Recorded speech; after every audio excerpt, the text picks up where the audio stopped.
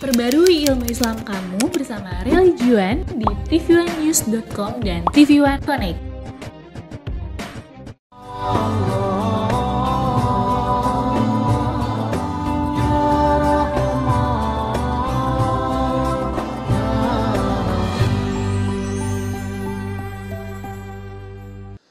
Bismillahirrahmanirrahim. Assalamualaikum warahmatullahi wabarakatuh. Alhamdulillah, wassalatu wassalamu ala rasulillah wa alihi wa sahbihi wa man wala. Pemirsa dimanapun Anda berada, wahibbukum jami'an fillah. Saya mencintai kalian semua karena Allah. Semoga dipertemukan di dunia dalam taat dan di akhirat di surganya Allah Subhanahu wa taala. Kita pada saat ini banyak sekali hal-hal yang kita hadapi di dunia ini. Sangat merugikan kita, dunia kita, akhirat kita, bahkan merugikan negeri kita juga. Insya Allah di pertemuan kali ini kita akan membahas bahaya suap. Pengertian suap kita harus mengenalnya lebih dahulu.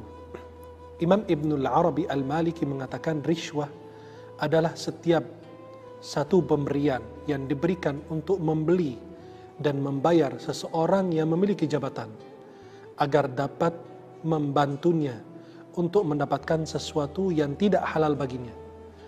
Setiap pemberian uang atau apapun itu bentuknya atau hadiah apapun kepada seseorang yang memiliki jabatan agar orang yang memiliki jabatan tersebut bisa memberikan hak yang bukan hak kita, itu adalah hak orang lain. Di dalam Al-Quranul Karim dan hadis Rasulullah SAW dilarang kita menerima suap atau memberi. Di dalam Al-Quran Allah berfirman وَلَا تَأْكُلُوا أَمْوَالَكُمْ بَيْنَكُمْ بِالْبَاطِلِ وَتُدْلُوا بِهَا إِلَى الْحُكَّامِ لِتَأْكُلُوا فَرِيقًا مِنْ أَمْوَالِ النَّاسِ بِالْإِثْمِ وَأَنْتُمْ تَعْلَمُونَ. Jangan kalian memakan harta antara kalian secara batil, dan dengan memberi suap atau menerima suap itu adalah cara yang batil yang tidak pernah dibenarkan oleh Allah Subhanahu wa taala dan Rasulnya sallallahu alaihi wasallam. Dalam surat An-Nisa Allah berfirman, "Ya ayyuhalladzina amanu la ta'kulu amwalakum bainakum bil batil." Wahai orang beriman, jangan kalian sekali-kali memakan harta di antara kalian secara batil. Rasulullah SAW dalam hadis riwayat At-Tirmidzi, beliau bersabda, "La'ana Rasulullah SAW ar-rashi wal murtashi." Rasulullah melaknat orang yang memberi suap dan yang menerima suap juga. Dan dalam hadis Sahih At-Tirmidzi, "La'ana Allahu ar-rashi wal murtashi wal ra'ish." Allah melaknat orang yang memberi suap dan yang menerima dan berantara antara mereka. Dan Rasulullah SAW bersabda, "Ma min qaumin yadhharu fihim ar-risha illa ukhidhu bir-ru'b." Tidaklah munculnya yang namanya suap itu di antara umat atau satu bangsa kecuali Allah memberi mereka rasa ketakutan. Dan Allah Subhanahu wa taala berfirman, "Samma'una lil-kadhibi akkaluna lis-suht." Mereka itu suka mendengar berita bohong, berita dusta. Itu adalah sifatnya Yahudi. Akaluna lis-suht, mereka memakan yang haram. Imam Al-Hasan dan Sa'id bin Jubair mengatakan rishwah. Akaluna lis-suht itu mereka memakan rishwah, suap.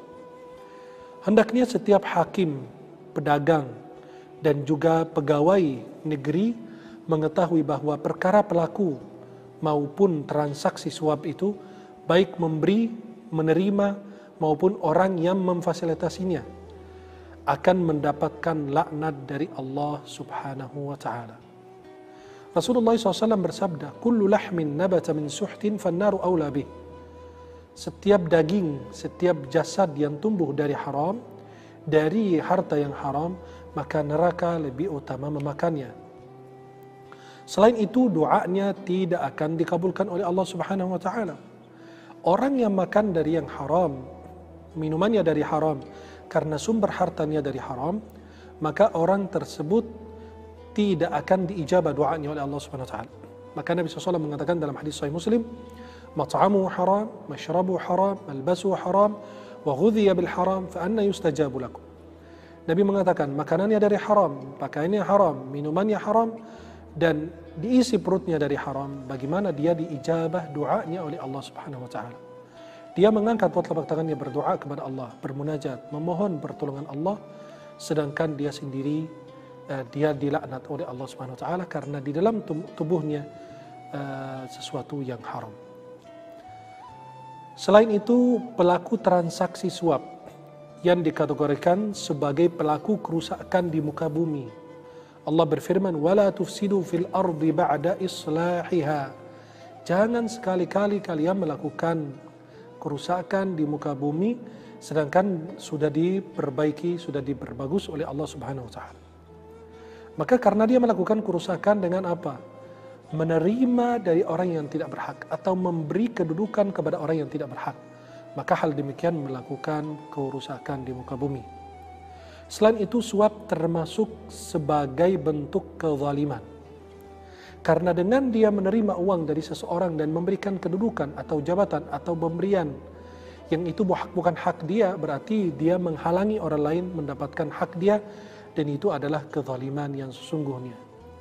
Suap itu merupakan akhlak orang Yahudi. Sebagaimana saya jelaskan tadi firman Allah surat Al-Maidah, "Samma'una lil kadhibi akaluna lis-suht." Ini di antara ciri-ciri Yahudi, na'udzubillah min dzalik, samma'una lil kadhib. Mereka itu suka mendengar berita bohong, berita dusta. Kabar bohong itu mereka senang menyebarkannya, mendengarkannya. Akaluna lis-suht. Sa'id bin Jubair mengatakan ar-rishwah, suap. Suap itu mereka, subhanallah. Coba perhatikan. Kalau mereka itu memakan yang haram, itu sebuah bentuk kezaliman, kerusakan di muka bumi.